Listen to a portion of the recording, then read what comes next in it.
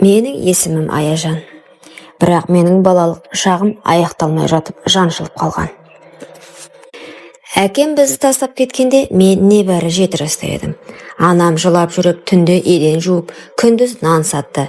Біз ешкімге жалынған емеспіз, тек өмірден әділет іздегенбіз. Бір күні үйге алыстағы туысымыз Нұрсұлтан аға келді. Анам оны ағаңның баласы, өз бауырың деп таныстырды. Қаладан жұмыстан қысқарып ауылға уақытша келіптіміз. Көзіндегі от, күлгені жылы көрінген. Алғашында мен оған сендім. Аяжан деп еркелететін. Тіпті анамның еркелеткенінен де тәтті естілетін. Бірақ неге екенін білмеймін, бір күні жаныма тым жақын келіп шашымнан сипағанда жүрегім біртүрлі соқты. Бөтен, соғық, түсіне алмай, жай ғана жылы сөз екенін өзімде түсіндім. Сол түн ешқашан ұмытылмайды. Анам түнгі жұмысқа кетті. Үйде мен, інім және Нұрсұлтан ғана қалдық. Інім ұйықтап жатқан. Мен бөлмеме кіріп, жарықты өшіріп көрпеге орандым. Түнгі үнсіздік жабысып тұрғанда еді. Сосын есік жай ғана сықырлап ашылды. Аяжан деген сыбырды естідім. Үнім шықпады. Өзімді естімегендей кейіп таныттым. Бірақ сол сәтте жүрегім қатты соғып, терім мұздап кетті. Ол ішке кірді. Мен қозғала алмай жаттым. Көзімді жұмып қорқынышпен тығылып жаттым. Бірақ ол үндемей жаныма келіп отырды. Көрпені түріп, аяқ жағымнан ұстап, ақырын аяғымды тартып қозғалтты. Мен тұрып кеткім келді, бірақ денем мені тыңдамай қалды. Тек іштей, кетші өтініш, ештеңе істеме деп іштей айқайлап жаттым. Бірақ сол түн менің үнсіз жан айқайыммен ғана өтті. Ол маған ешкімге айтпа деді. Мен тек басымды изедім. Тек сол сәтте тірі қалғым келген шығар.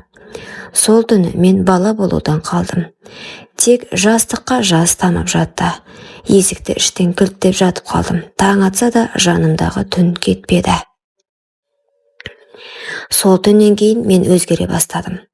Бұрынғы сыныптастарыммен шулы, көңілді жүрген мен енді үнсіз, қиялға батып кеткен бір қызға айналдым.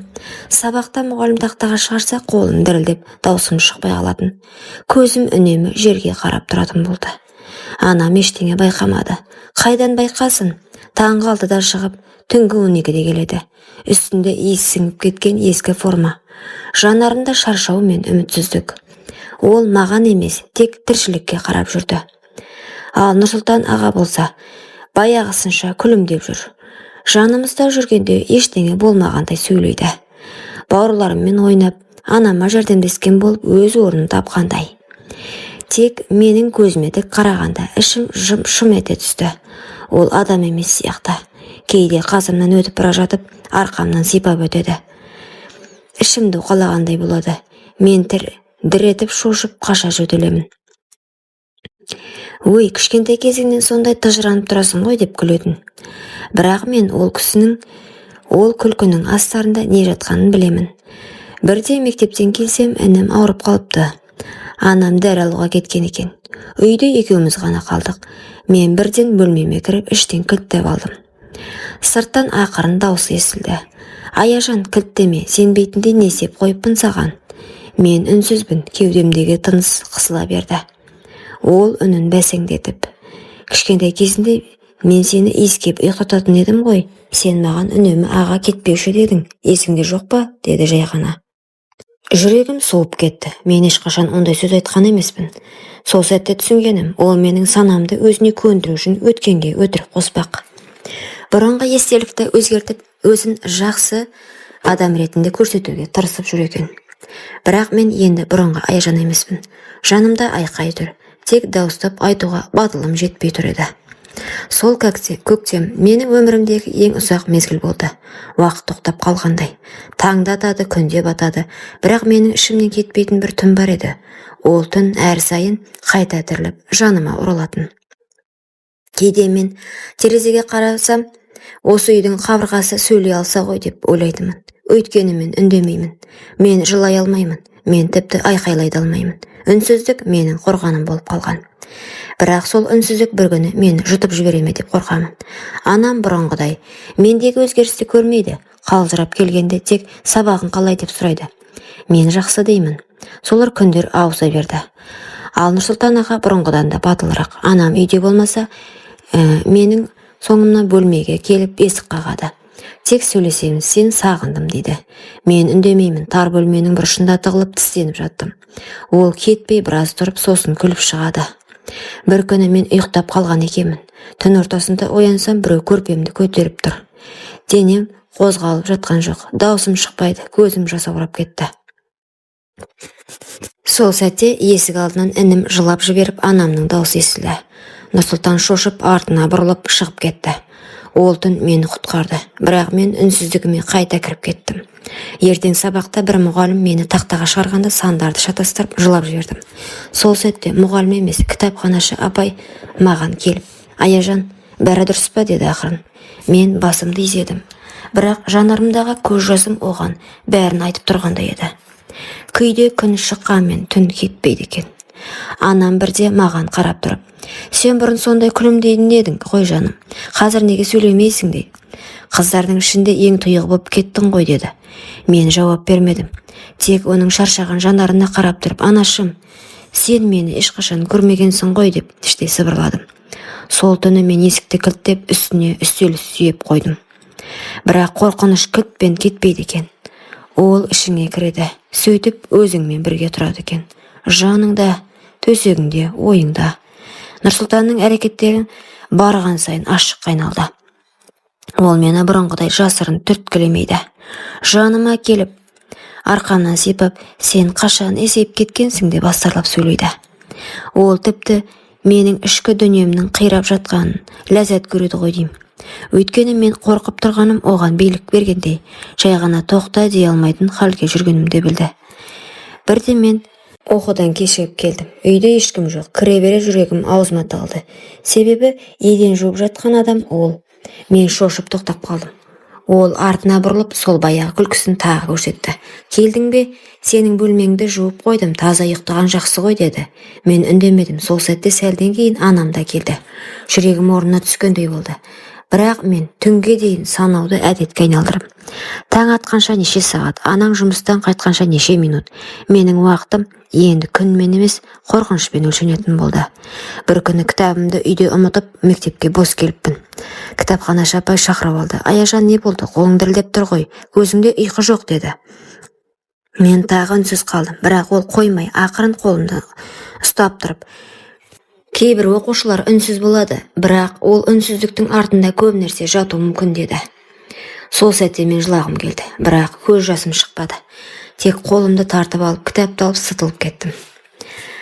Кітапхана менің тығылатын жалғыз орным еді. Мұндағы үнсіздік үйдегі түннен емес, тыныштықтан тұратын. Бір күні Мәдина апай менен сұрады, «Аяжан, үйіңде өзіңді жайлы сезінесің бе?» деп. Мен ойланып тұрып, ақырын басымды шайқадым. «Сенің көзіңдегі қорқынышты көріп тұрмын, бірақ мен ешқайда кетпеймін. Қашан дайын болсаң тыңдаймын» деді.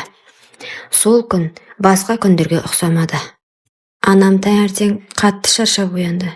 Жұмыстан шығарып жібере ме деп уайымдап отыр. Мен оның жанындағы әлсіз күйді көріп тұрып, ештеңе айта алмадым. Айтсам, ол бәрін жоғалтады ма деп қорықтым.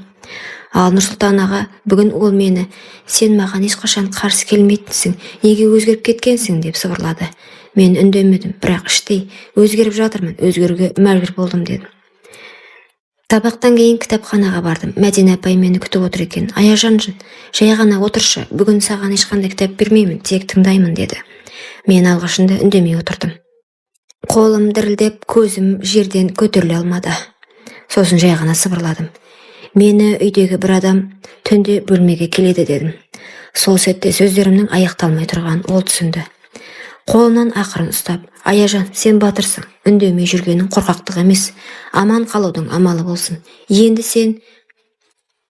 Енді мен сенің жаныңдамын, енді жалғыз емессің» деді. Менің көзіме жас келді. Ол артық сұрамады, бірақ ол мені мектеп психологына апарды. Психологпен сөйлесу оңай болмады, бірақ әр сөзімнен кейін ішім жеңілдеп жатқандай болды. Сол күні мен алғаш рет үйге қорықпай бардым. Мәдина апай мен психологтың қолдауынан кейін мен ақырын өз даусымды тауып келе жаттым. Мектеп директоры, құқық қорғау бөлімі бәрі іске араласты. Бір кеште анам үйге шаршап келіп төрге отыра бергенде мен жүрегімді қолыма алып айттым. Анашым, мен саған бір шындықты айтуым керек, өте ауыр. Бірақ мен үнсіз қалсам тағы да бір күн мені жоқ қылуы мүмкін. Анам таңырқап қарды. Менің көзімде жас, даусым дірілдеп тұр. Нұрсұлтан аға, ол менің бөлмеме түнде кіреді. Ұзақ уақыттан бері маған тиіп жүр дедім. Анам сенер-сенбесін білмей, қой Аяжан, ондай сөз айтпа, ол сенің ағаң деді. Мен үнсіз отырдым. Тек тыныштықта анамның кеудесі көтеріліп түсіп, көзінен еріксіз жас шақты. Бір сәтте менің қасыма келіп тізерлеп отырды. Сен неге үндемедің деді жылап. Мен жай ғана, сен тым шаршағансың дедім. Естімейтіндей көріндің дедім. Нұрсұлтан сол күні үйге қайта оралмады. Ол ұсталды. Тергеу басталды. Мен бәрін айтуға мәжбүр болдым. Сотта менің даусым дірілдеді. Бірақ ішімде бірінші рет жеңілдік болды. Себебі мен енді үнсіз емеспін. Анам маған қарады, көзіме тура қарап тұрып, сен менің батыр қызымсың деді. Мен де алғаш рет өзімді әлсіз емес, мықты сезіндім. Кейін мен көп уақыт психологтармен жұмыс жасадым. Өмірді қайта үйрендім. Қағаз бетіне ойымды түсіре бастадым. Өз күнімді өзіме жазып отырдым. Бірнеше жылдан соң мен өзімнің хикаямды кітапқа айналдырдым. Кітаптың атауы «Үнсіздік ішіндегі айқай». Бұл тек менің ғана емес, үнсіз жүріп, жылаған мыңдаған қыздың айқайы еді. Бұл оқиға қыздардың үнін естімейтін қоғамға ой салады. Аналарға ескерту. Кейде өзім шаршадым деу, баланың жанын жалғыз қалдыру. Ал қыздарға сен кінәлі емессің. Үнсіздік қорқақтық емес, бірақ үндемей жүре беруге болмайды дегім келді.